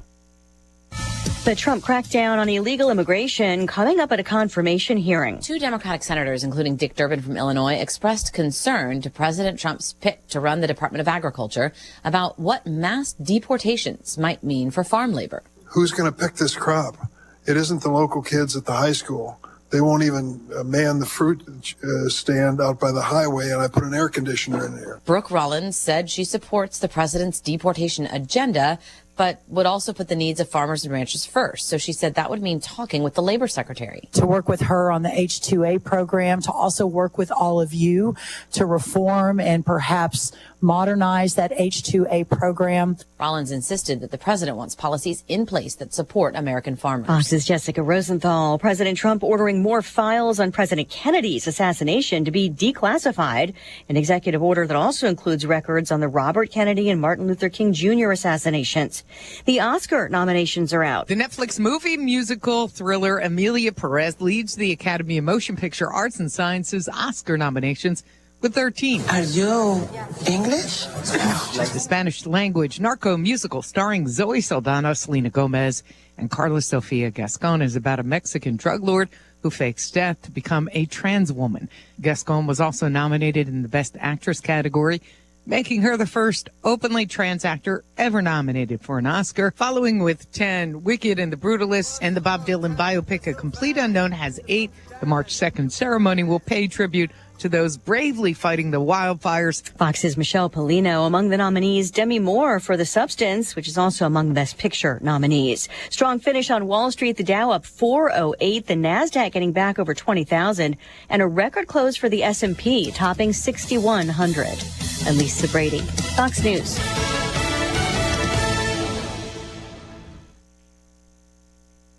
Hello again, everyone. Let's check weather for Eastern Illinois, Champaign-Urbana vicinity. Next in a string of these fast-moving clipper systems on the move, bringing a little dash of snow shower and flurry activity across parts of the area this morning. A little coating to dusting to minor accumulation in some spots, but a partly sunny afternoon in store. But we will turn colder. Morning temperatures up around 25, 26 degrees, and then slowly falling back into the mid to upper teens this afternoon on a west-northwesterly wind. We'll clear it off for tonight. There's colder weather upstream. We'll see dawn temperatures around here down around 2 above. Tomorrow, sunny, cold, and 21, but with light winds. Increasing clouds tomorrow night. Temperatures will level off around 13, then climb to 37 on Saturday. Maybe a snow shower late in the day. Southwesterly winds and a partly sunny sky. 33 for the day on Sunday. Monday, sunshine and 36. Here comes that late January thaw with daytime readings up around 40 on Tuesday. Lower 40s next Wednesday and Thursday. Overnight readings into the 20s with a quiet weather picture ahead for next week as well. For Stevie J Broadcasting, I'm meteorologist Greg Solgay.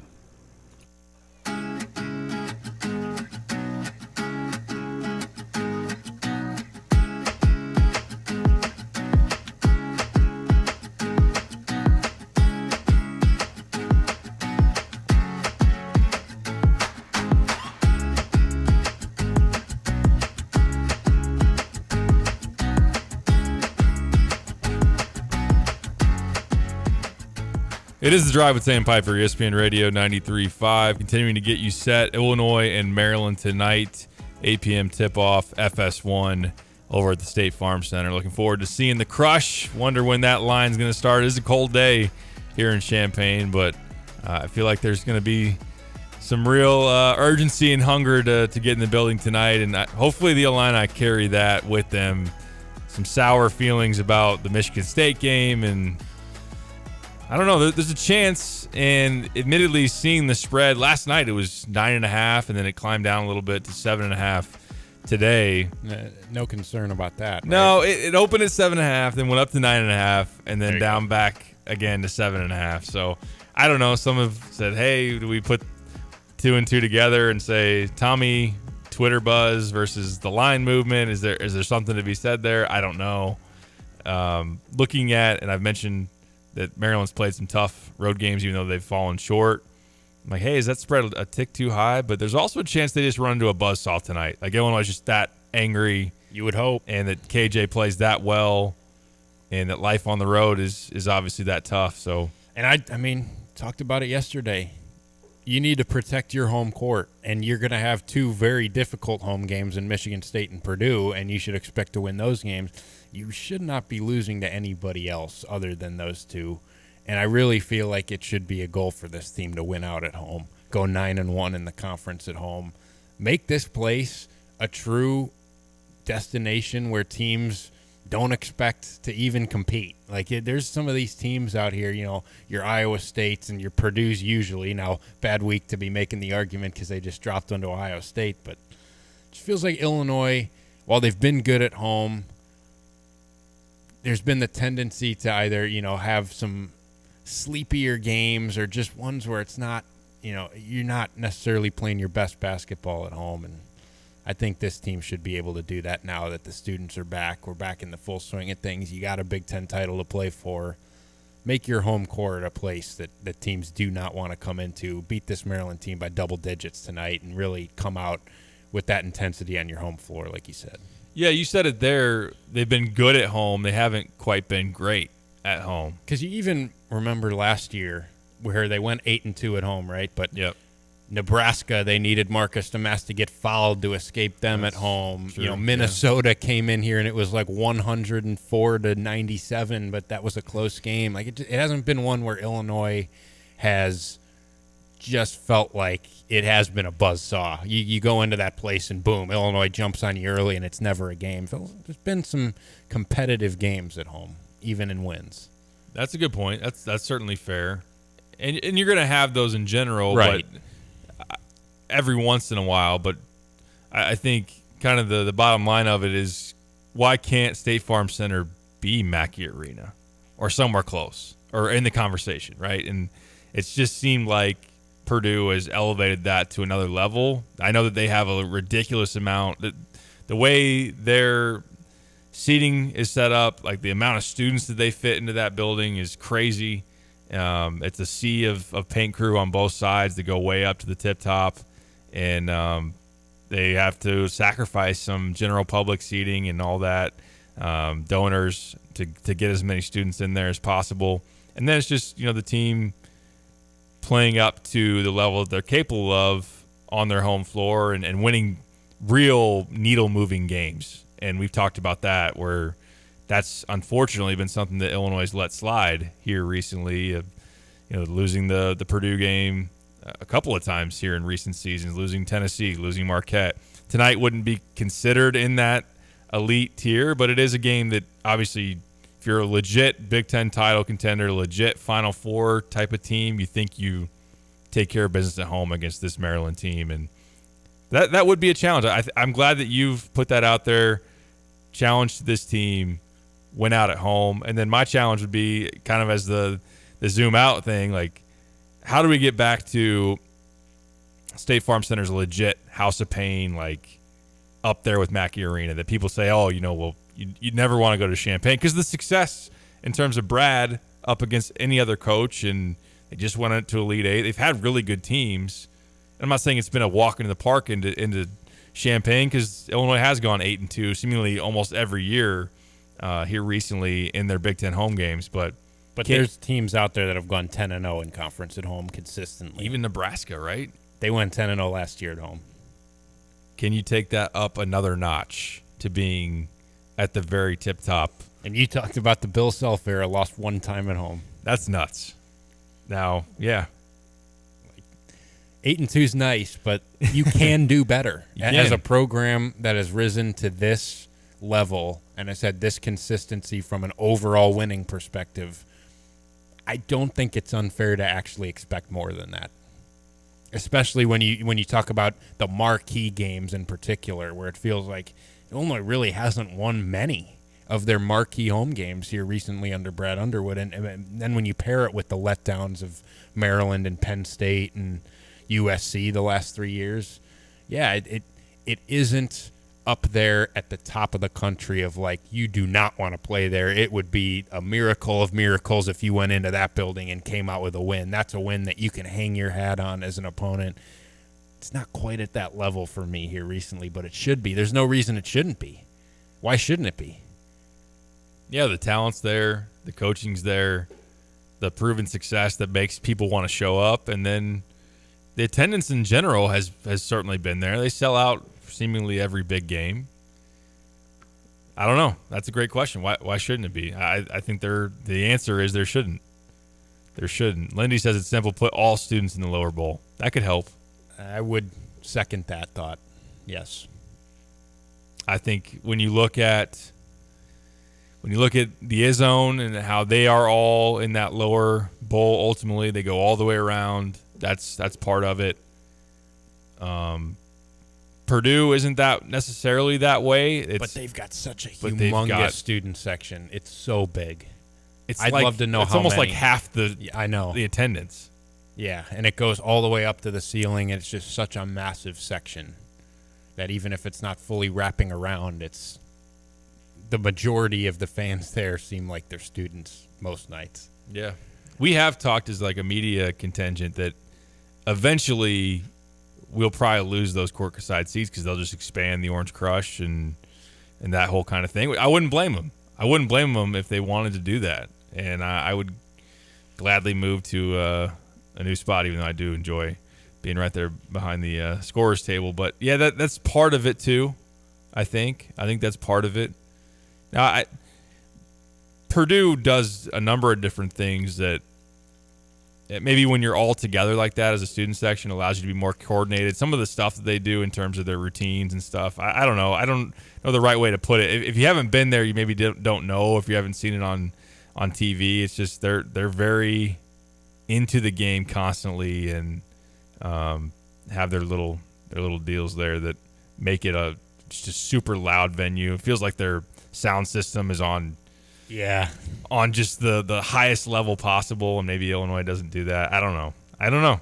And it does feel like there's some consistency there to where it doesn't matter if it's Minnesota coming to town or if it's Indiana when they're good or whoever the case may be. Mackey delivers every single time. I do bonkers. I do feel like there's some very sleepy games at State Farm Center. Yep. Students are not, and there shouldn't be. You heard it. Call them out. Kyle Toss says students got to be better, more everyday guys and gals in that Orange Crush. 217 says, I'm going with 8 Crush members tonight. No homework tonight. A ton of students are going to this game. It is syllabus week, isn't true. it? There's no work to do. Let's get there. Jeez. There's no Do work. you even have to week. go to the syllabus week classes? Not that I ever considered. I was there every time. The thought crossed my mind certainly on Tuesday when I opened my phone and the high was -2 degrees. I'm like, we're just going to do the syllabus go through and then we're going to do the corny introduction. Like, that's always the worst. I know. I'm like, do I really need to go to this? But you also don't want to miss the first week of class. Like that No, just sets a who bad would do precedent, that? right? So yeah, that would be awful. If it's a big lecture hall, you can get away with it. Do they post the slides online or not? Those type of things. Yeah, that's a big question that needs answered like the first day of class. Definitely is. That's the stage for the whole semester. Do they take attendance? Yeah, if it's like a classroom of 30 people and they're going to take attendance, like you should be there. I think you should be there always. It's what you're paying your education for, right? Yeah. Don't take my advice. Anyways, that's good to know. That's certainly worth considering. That really no excuse tonight as far as I expect it to be good tonight. I do. Yeah. How many are there? If they're buzzing and what they're thinking about as far as Thursday's a going out night anyway. Not that you got to do that to be loud, but that's either here nor there. Let's just win convincingly tonight, and ultimately, let's have the team set the tone for what the place feels like all night early in this game. Yep. I think that's going to be important, and should be no reason not to, coming off what I'm sure everybody felt like was an extremely frustrating game on Sunday. I again, like we said in the first hour, I anticipate there being some frustrations let out by this team tonight, and I think it would be well warranted, and that's going to be a big part of the game as well. Absolutely. We'll talk more about the Illinois-Maryland matchup. One thing that I've wanted to ask you, Kyle, is let's put the Tommy buzz out there. And again, it's not something that I have been really in tune with other than a couple of points on Twitter, and we'll see if it becomes anything more. But let's assume he plays. What do you think of Julian Reese, a guy who had really good outings against Illinois last year, pair of double-doubles, 20 and 11 in Champaign last season. I know that I think post the Maryland coming to Champaign and winning, I remember having the conversation, well, why didn't Illinois double him? He's going one-on-one with Coleman and those type of things. And he wasn't super efficient. Like he was 8 for 16 from the field, did have some offensive rebounds, but I think there was some timely buckets between him and Jameer Young, who was going on a heater himself. How much less concerned are you about Reese with Tommy and Merez? Is he a guy that could still be a problem tonight, you think, or has the game changed that much up front because of there's more legit size? Certainly a lot more confident than last year because it just felt like Coleman had no chance. And it just feels like Julian Reese has something against Illinois. Like he gets up for Illinois. Like even he took it to Kofi his freshman year here in Champaign. Now, Illinois won that game, but I remember Julian Reese like dunked on Kofi. Yeah, that's right. As like a statement. And then there was that post-game little scuffle last year after the game with him and Tim Anderson and a couple other Illinois coaches. He must just not like Illinois. He must just get up for Illinois and really come to play. I do think Illinois is much more well equipped to handle him this year. I feel really good about having two different bodies to throw on him. I do think, Merez is a guy that's just really tough for a guy like him who just wants to body you, lower his shoulder into you, and try to back you down. I think Merez is a matchup I think he'll have some trouble with, especially knowing that Merez isn't going to be giving up any size. Both those guys are of similar height. And just in general, Illinois' paint defense and rim defense this year has been so good. It's been top 10 in the country and really hasn't felt like big men have gotten off against Illinois much at all this year. Now, they haven't necessarily played a ton of high-scoring big guys, so it'll be interesting to see that, and especially with some of the different things Maryland can do with Queen also out there. I'll be interested to see which guy Tommy is guarding in the starting lineup, because that would change my thought a little bit. I personally would put Tomislav on Julian Reese when you're playing your starting lineup, because I'm a little, as much as Derek Queen is a potential lottery pick and a guy that has had some big games this year, he has been really quiet recently. He's had some single-digit games, and he's a hot and cold guy that isn't fully polished yet, whereas Reese is a veteran and a guy who just wants to get down to the low post and beat you that way. I think you need to account for him. I'd be more concerned about him having a big night than anybody else, but I do think Illinois is much more well-equipped this time around, and just the size that they have to combat him. He's not taking Coleman Hawkins to work. I feel a lot better, but I still think he's the guy that you circle and say you need to make sure he doesn't get off for 24. Maybe the fact that Terrence Shannon invited Angel Reese to his draft party, that should make things be smoothed out a little bit more. I forgot about that. Between Julian and Illinois. I'm glad we pieced this together, because I had forgotten about the scuffle and the shouting match, whatever it was, in the handshake line. And then I was like, oh, yeah, and then Angel Reese was at Terrence's draft party. So there's something there. There's been something there with him in Illinois, it feels like. I don't know. He plays angrier against Illinois. Did he want an offer from Brad or something? I don't know. He's from Baltimore. I know, right? I don't can't put my finger on it. I was looking through the game logs and trying to see what sticks out as far as this year goes. It doesn't feel like, in terms of if you're just box score watching, which admittedly I am here, I have seen some of Maryland, but as far as Julian Reese on the season, he hasn't put up big numbers in their bigger games. He had only 5 points at Purdue, 2 points against Marquette, 6 points at Oregon. Had a season high 23 against Northwestern on the road. Now 14 free throw attempts. Ultimately, he was 13 for 14 at the free throw line. Illinois would certainly hope that isn't something that he's able to do. Queen has had some of the bigger stat performances of this season in those spots. Purdue, 26 points, 12 rebounds. Now, I watched that game. He was awesome. He managed to hit two of his only 2 threes of the season in that game and did a lot else. Marquette, he had 24 and 7. Oregon, he had 17 and 5. So Should I take back what I said? I don't know. I mean, it's tough. I mean, Derek Queen's projected at the edge of the lottery. Yeah. But Reese is a guy that, with his success against Illinois, his veteran presence, and just what you've seen from him longer term. Illinois is probably going to combat both their bigs on those two guys at times, but if there's one big out there who's the guy that you want to match up with more, I guess it's just you see how it goes early, and whichever guy's working. You hope it's not both working at you. Yeah, obviously. That's tough. I think I would still land, in terms of the starting lineup against Maryland's, I would go with what you just said. I think I'd put Tommy on Reese, because I think that Queen will play more on some of the mid-post perimeter stuff. They use him as a passer down low, and I just think he's got more face-up to his game, where say what you want about Ben Humreckhaus's defense. Now, the perception of that and the reality of it, too, not just perception, is that he's been a lot better here recently than what it was 3 weeks ago or before that. That's not to say that he's going to have a great time going up against 6'10" and skilled Derek Queen, but he might be able to slide his feet a little bit better than Tommy in terms of some of the face-up, rip-drive stuff. And ultimately, maybe it is, if that matchup doesn't look good, then you just throw Merez in there, and maybe it doesn't matter who's on who and whatnot. And if Queen's not going to make jump shots, especially threes, you can sag off a little bit more. Yeah.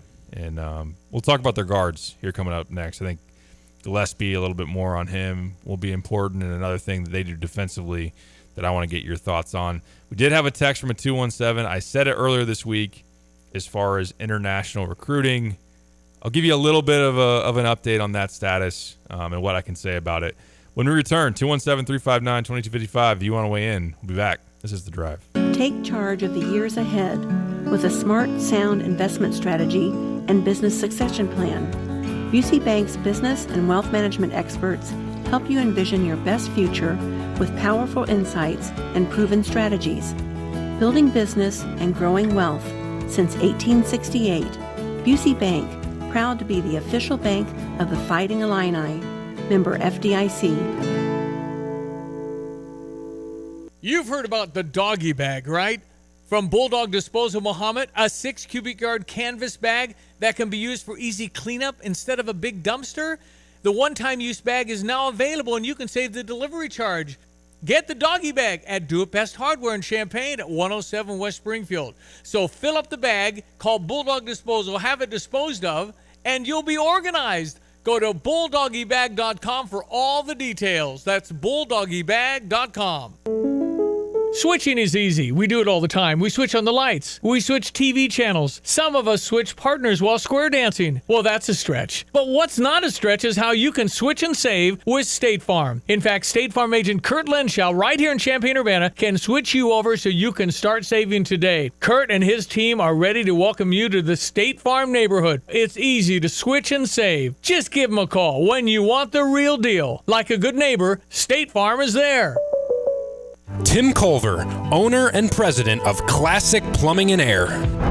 A plumber is a person that is well-rounded. They have education, they have experience, and they are versed in more than only one phase of plumbing.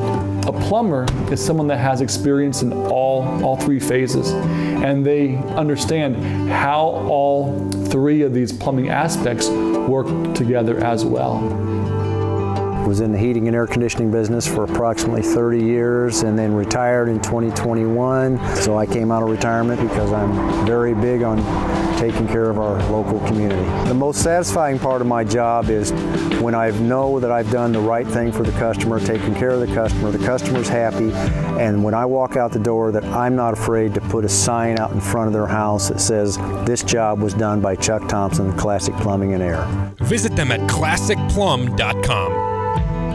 At Pards in Urbana, the boots just keep on coming. They're known for their huge collection of men's cowboy boots, women's cowgirl boots, kids' boots, and even shoes. If you're searching for top footwear brands, look no further than Pards. They carry a wide variety, including Ariat, Dan Post, Smoky Mountain, Roper, Double H, and more. And if socks or accessories are what you need, they've got all your high-quality essentials. Since 1968, Pards has been serving their customers with high-quality merchandise. And if you haven't been to Pards in a while, a lot has changed. Go check them out just off University Avenue in Urbana. Tim, talk to me about Gale Forex Trucking. Any news? A couple of new drivers on board that joined the team, and I think I may have one open spot left, maybe two. And we can always buy more trucks if they're good drivers. But it's been a challenge, but everybody has stayed safe, and I appreciate that. We've got a great group of guys that know that they have to safely service the customers, and they're doing that. Describe the kind of driver you would love to hire. Somebody that wants to work, knows the importance of being on time and servicing the customer, but also enjoys their quality home time with their family. It's difficult for truck drivers that are stuck out on the road for weeks at a time, so we just don't do that to them. We want them to have that quality time, rest their brain, rest their body, be with their family.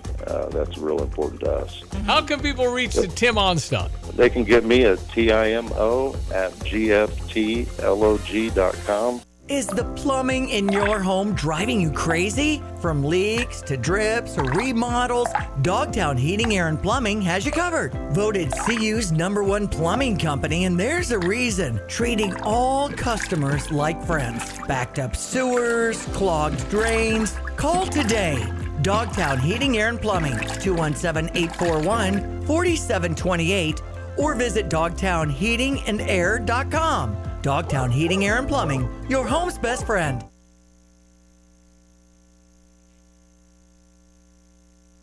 Holiday hangover got you feeling weighted down. We're not talking candy, pie, and eggnog-induced pounds. We're talking about the clutter chaos. Old furniture, tangled lights, and junk galore. Time to detox your space with 2 Men in a Junk Truck. Ditch the junk and start fresh. Head to 2menjt.com and schedule your junk removal today. Use code NEWYEAR25 and score $25 off your next junk removal. Offer valid at 2 Men in a Junk Truck, Champaign, Illinois.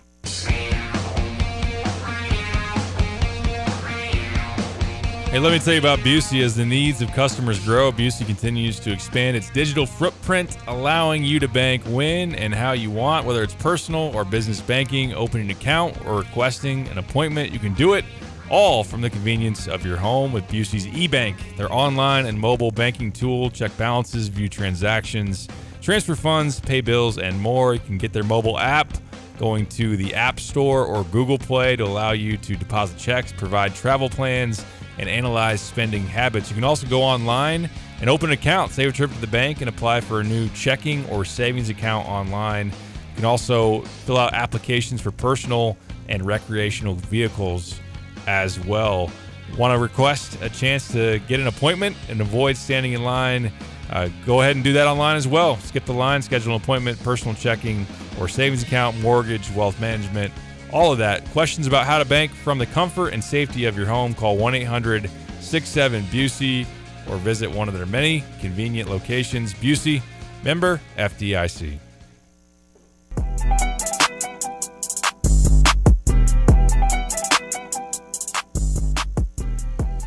Back on the drive with Dave and Piper, ESPN Radio 93.5. All right, to make sure we get it in, should we talk some international hoops, Kyle? Go for it. All right, let's do it. So last week, Jeff Alexander, Orlando Antigua, go overseas for a few days to see a handful of targets. I've covered on Illini Inquirer. If you don't subscribe there, shameless plug, I would suggest getting a subscription and reading what I have to say about that. I did tease a little bit of some news or talking a little bit more about that coming up this week. It does sound like there was a timeline change on one front. I think it will take a little bit more time ultimately for something to come to light and to really progress there. So ultimately, I don't think it's going to happen this week. It will be a few weeks down the line as I understand it. But to fill you in a little bit on some of the guys that they saw, you got an Italian big man in Luigi Suijo. I think I'm saying that right. Don't blame me too much if I'm not. 7'3" big man, high ceiling, a guy that is skilled and is still coming into his body in terms of getting more coordinated, more athletic. Although he is a decent athlete at that size and filling out his frame too, but he can step out and shoot the three, becoming more consistent there. Very good shot blocker, guy that's got a good feel for the game. And Jeff Alexander's been all over that one. Watched him at the FIBA Euros this past summer, visited him in the fall over there in Italy, and then again here recently. So he's a guy definitely to keep an eye out for, and he may not be coming to college next year. It might be a situation where he spends one more season prepping for that leap, and then that could align with if you get a year of Tommy coming back, that being 2 seasons in Champaign, get him next year. Maybe it really lines up well for him to come in at that point and have a pretty significant role. Hopefully you still got Merez Johnson manning the inside as well, right? Yeah. A junior Merez and then maybe a stretch big to go with him, 7'3", and guy can step out and shoot it. And man, those, not to say that all Euro players are the same, but just the feel for the game for a lot of those guys, and maybe that's something that he can show as well of being kind of that stretch big that has some passing. So he's one to watch. Another one, and it is a big name, have not mentioned him before on the show. Dame Sarr is a guy that is also Italian. He's playing for Barcelona, of course, in Spain. Was on the Barca junior team last year with a guy that we were pretty familiar with, Kasper Shakachonis. So those guys were teammates, and Sarr has a really high ceiling too. He's a guy that was on some draft boards going into this past summer, where he was trying to figure out whether to come to college for this upcoming what was an upcoming season, the season we're currently in. Arizona was firmly involved there. Didn't get done. I think that academically it didn't line up for him to make that jump, but fully expected to come to college this next season, and Illinois is very deeply into that contention. You got Arizona still there. Louisville was very involved, even tried to get him at mid-semester this past year, and BYU too. I've heard they have some money to throw around. So, of course, say that in jest because they have. Do they have any left after the Devonsta 7 point whatever million? I mean, they got to be running dry after that. Yeah, man. But yeah, Sarr's a good player and a guy that if he develops his body and just works on being more consistent, he's had some really impressive flashes of just really good athleticism. Kind of a wiry type of guy that can get up and down the court, good defender, and somebody that on the wing would give them a plus athlete who can be a two-way player. And how is he as a shooter? He's been up and down. That's kind of one of the big points of growth that needs to happen for him. Not a terrible, not a non-shooter in any way, but a guy that I think this past year in the FIBA stuff was probably a low 30% three-point shooter. Previous years he had been higher than that, but it's been a situation where he's got to clean some of that up a little bit. But more of a pure scorer than obviously a guy like KJ, but yeah, a guy that's probably coming in to score more than anything. I think a little bit, yeah. I think that it's the mix of it's the defensive profile with the athleticism, which allows you to go up and down. Slasher, he's a slasher for sure. He can get to the basket. He could also kind of in a playmaking wing type of role. He's in terms of like the build and the talent and maybe working through some inconsistency. There's some Will Riley parallels there. Better athlete than Will Riley. Better defender than Will Riley. Will Riley's a better shooter, although we have seen him struggle with consistency there. So I think he wants to go attack more at the basket and do some more of that. And we'll see. Will Riley's going to have a decision to make here. It's still, when I look at mock drafts and see him, ESPN, although they came out with their latest big board and he was, I think, in the mid-30s or something like that, maybe trending towards a second-round pick where they've kind of held steady previously on, he's still a middle-of-the-first-round guy. It'll be interesting to see the next 2 months how that trends for him. Maybe this is the taking off point, Michigan State and on, to see if he's going to trend back into, he's a first-round pick.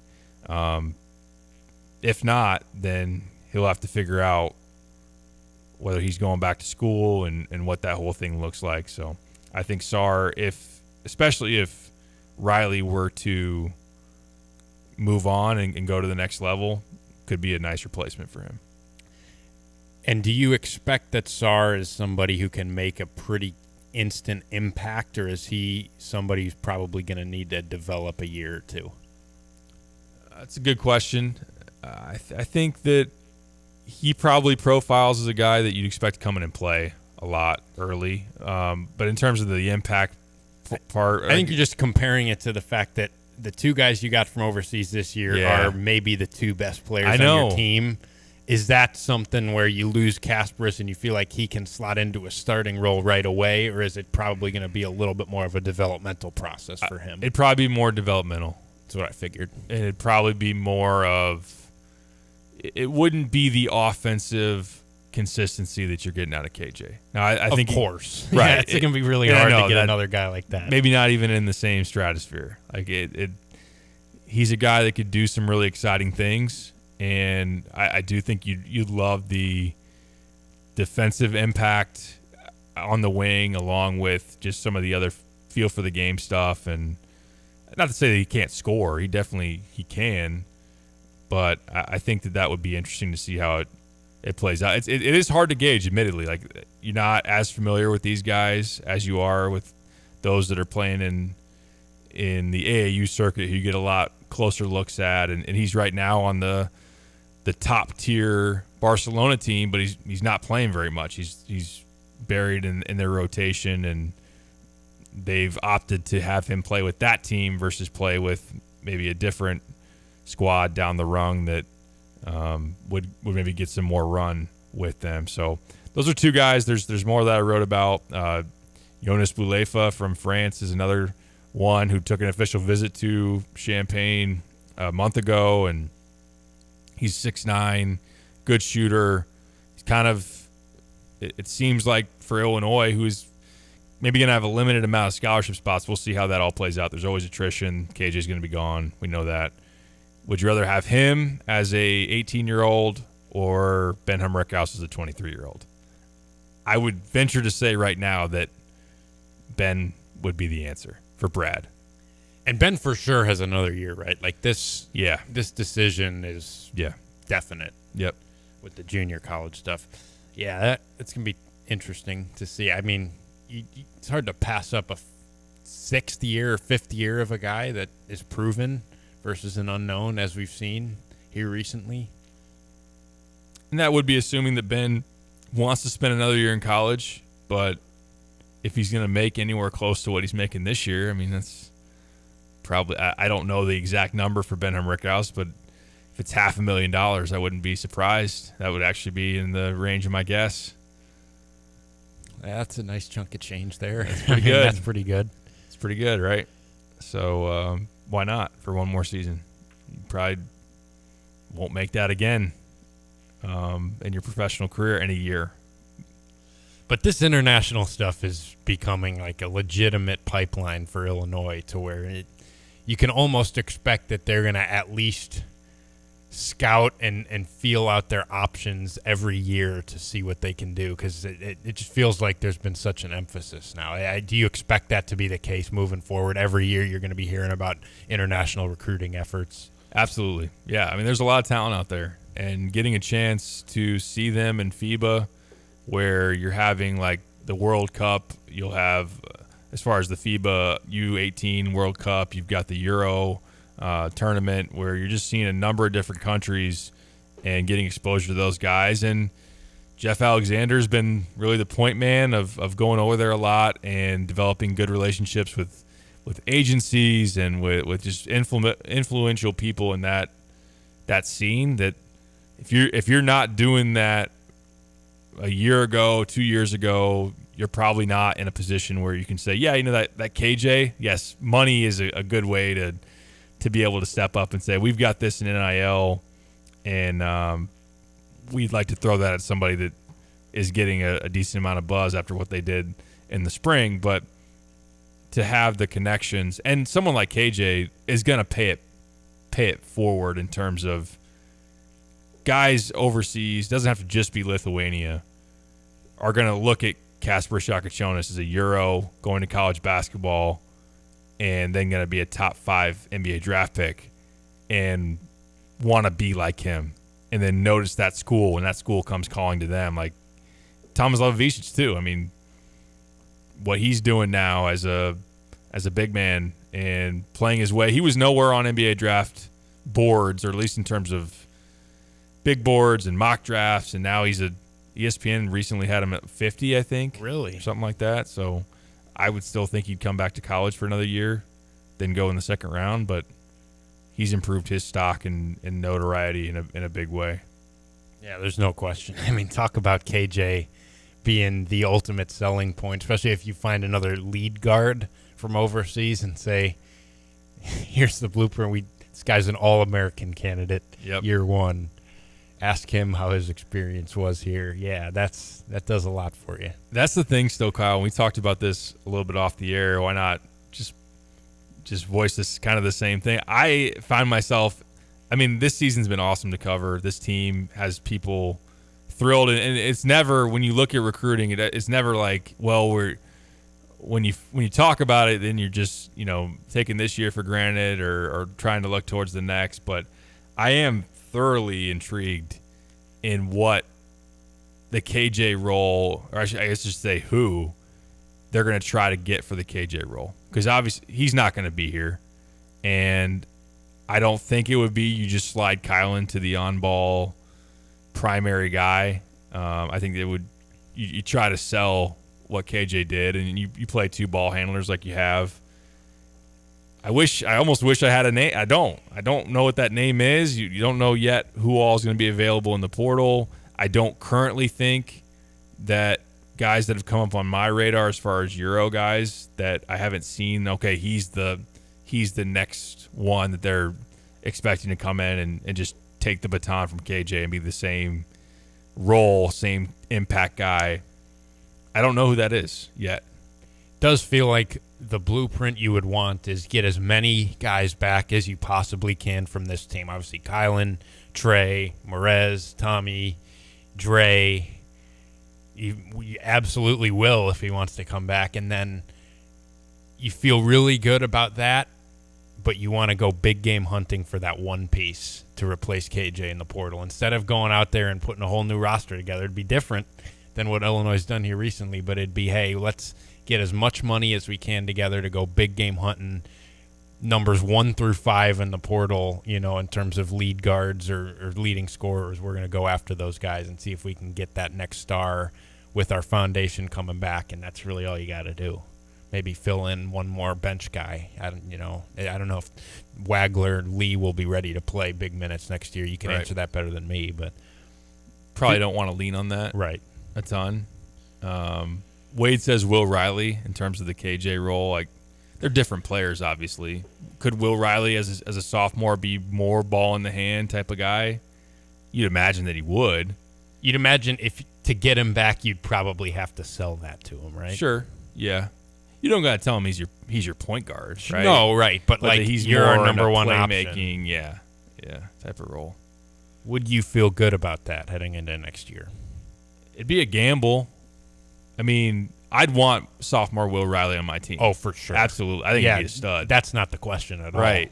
Would I be okay selling that? I would. Would you be okay saying, delicate. Like, this is Will Riley's team next year, and I'm good with how that's going to look? I am hesitant. Right. I wouldn't, make the promise we're not going to then go try to get a ball-handling guard who we're going to look at as a table-setting type of guy similar to KJ, although, not to the level potentially. But if we find somebody that we think is a darn good KJ replacement, that we're going to go get him.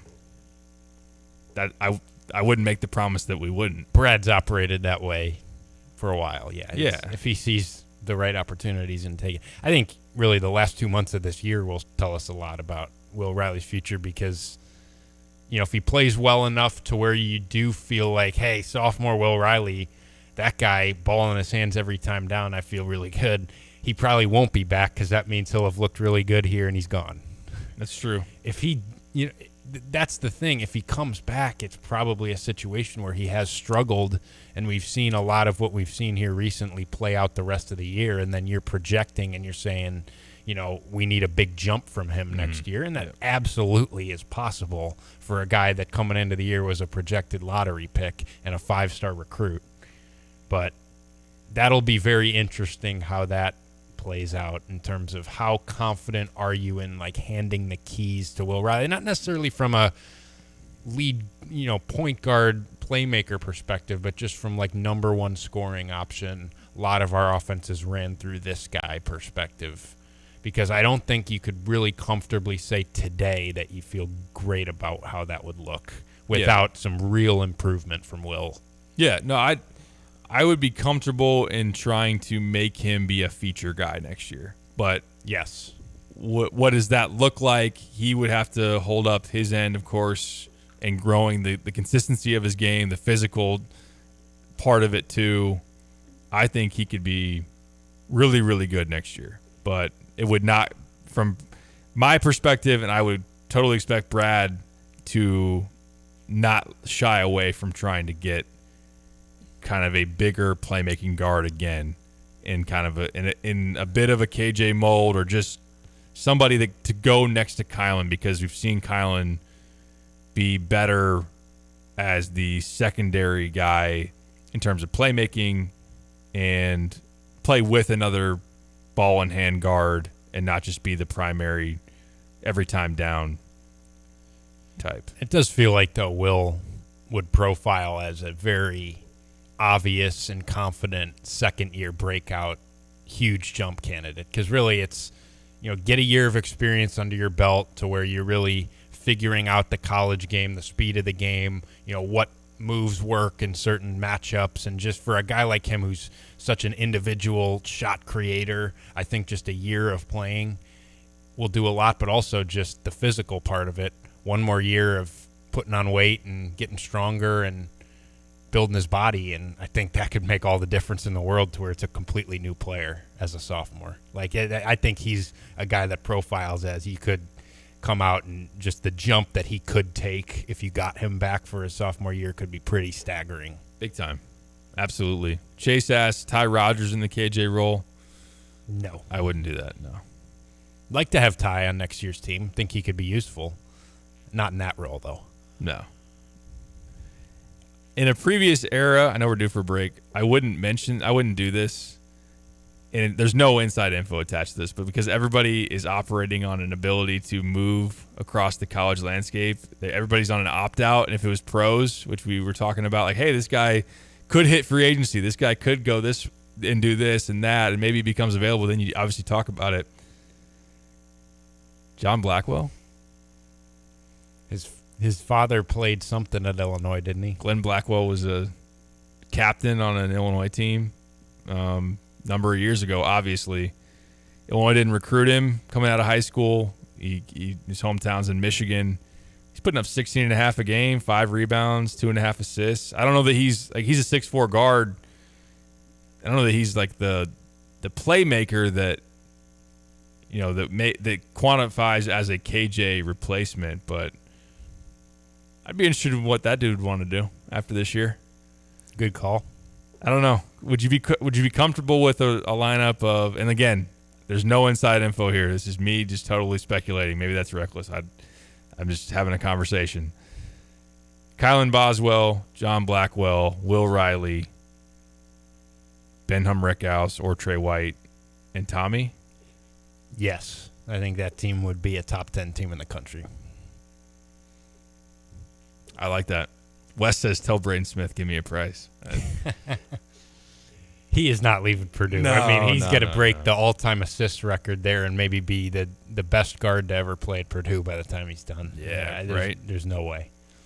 Obviously, there's some kind of, I don't know what Wisconsin's NIL, although revenue sharing is going to have its own print on it. I don't know. Just, maybe if Illinois goes on a Final Four run and KJ goes, and I'm telling you, though, I mean, with what Brad Underwood has done with transfers and just with all this roster movement and guys going to different places, if you're one of the best transfers in next year's portal cycle and Illinois calls you with a nice little NIL offer, I'd be seriously looking into that and very intrigued by that possibility, because I think Brad Underwood and this staff has proven that they can get the most out of guys. And most transfers that have come in here to Illinois, from your Terrence Shannons, who turned into an All-American first-round draft pick, to your Quincy Guerriers, Marcus Damasks, Trey Whites, like all these guys, it feels like the best version. Alfonso Plummer.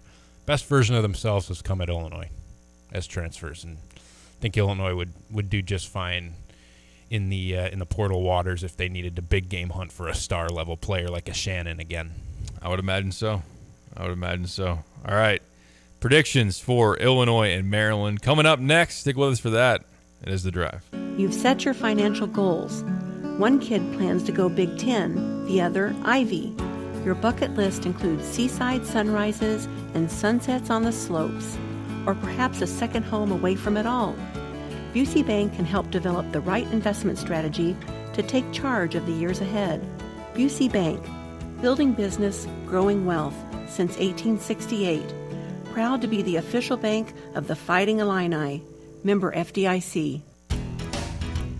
So when was the last time you saw a best deal guarantee? You mean a promise that actually held up? Right. That some unknown online entity didn't want you to log in and download a code and then re-verify as you join some club. Drives you nuts, I know. And then once you purchase that set of steak knives... Well, Dick Van Dyke Appliance World is a lot simpler. You find a verified great deal and they beat it. Just show them the deal you saw. A newspaper clipping or the online cart price will do, and then you're good. At Dick Van Dyke Appliance World, it's one of those instances where you see a best deal guarantee and you get the best deal. This is Dennis Reekin, chairman of Dick Van Dyke Appliance World. Our exclusive 10-year protection plan comes free with most appliance purchases. Whether it's a GE, Whirlpool, Frigidaire, Bosch, or any of our 30 brands, I guarantee we will beat any competitor's deal. Wow! Dick Van Dyke Appliance World. When you buy from us, you get the whole store.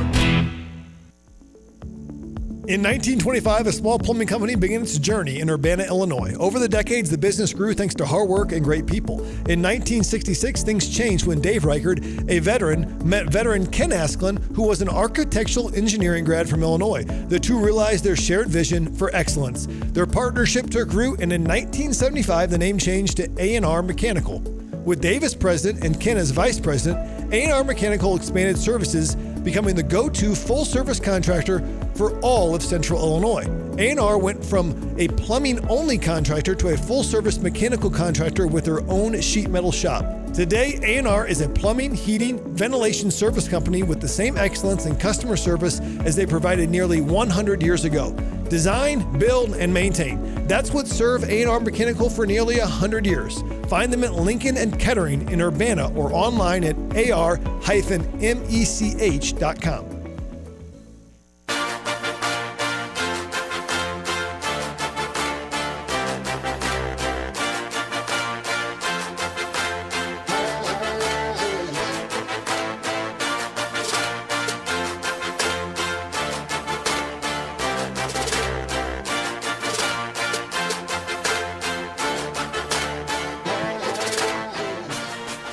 Finishing up on the drive with Sandpiper, ESPN Radio 93.5. Austin asks tonight a quad one game. It is. You got the Terps in the top 30 of the net, which makes this a quad one. Of course, they'd have to finish there at the end of the season. Illinois did at one point have 5 quad one wins. Arkansas dropped to a quad two. I don't think that one's ever coming back. No, I don't either. But yeah, quad one opportunity as it stands tonight going into Illinois and the Terps at 8. The biggest flaw with the net, though, is that let's say Illinois comes out and beats Maryland by 34 tonight. Yeah. They might be quad two tomorrow morning. Yeah. And it's only because Illinois beat them that badly. That's a good call. I have seen that to where you're trying to play the metrics game because your offensive efficiency and all that kind of stuff matters too in your metrics. So you want to blow teams out, but then if you do it too much to where they slide into a different quadrant, then you're kind of hurting what that win looks like. I'd say just win it by as many as possible. Yeah, just annihilate them. Yeah. Will Illinois be that buzzsaw tonight? That is the question.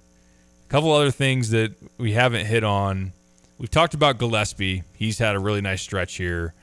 You've got him against, I think, UCLA, where he put up 29 in that game, if I'm not mistaken, had 22 against Nebraska last time out.